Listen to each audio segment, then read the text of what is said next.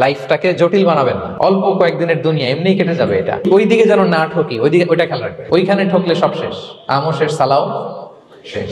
ওইখানে যেন ঠকে না যায়, এটা খেয়াল রাখতে হবে। তাহলে প্রথম ফ্যাক্টর হচ্ছে সুখী সমৃদ্ধ জীবনের will make our life simple.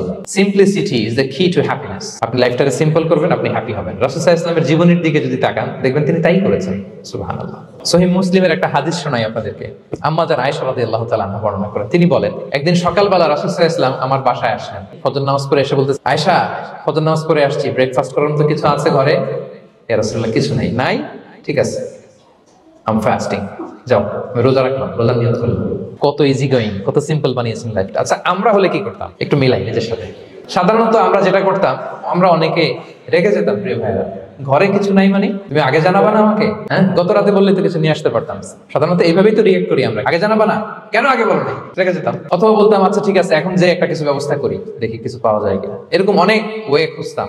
কিন্তু রাসূল সাল্লাল্লাহু আলাইহি ওয়াসাল্লাম এই কোনো অপশন না নিয়ে বললেন, okay, there is no food for breakfast, I'm gonna fast. فإني صائم. ঠিক আছে, খাবার যখন নাই, আমি রোজাই রেখে দিলাম। সুবহানাল্লাহ। এভাবে তিনি তার লাইফ লিড করেছেন। Make your life simple, you'll be happy. জটিল না করে সহজ করুন, আপনি হ্যাপি হবেন।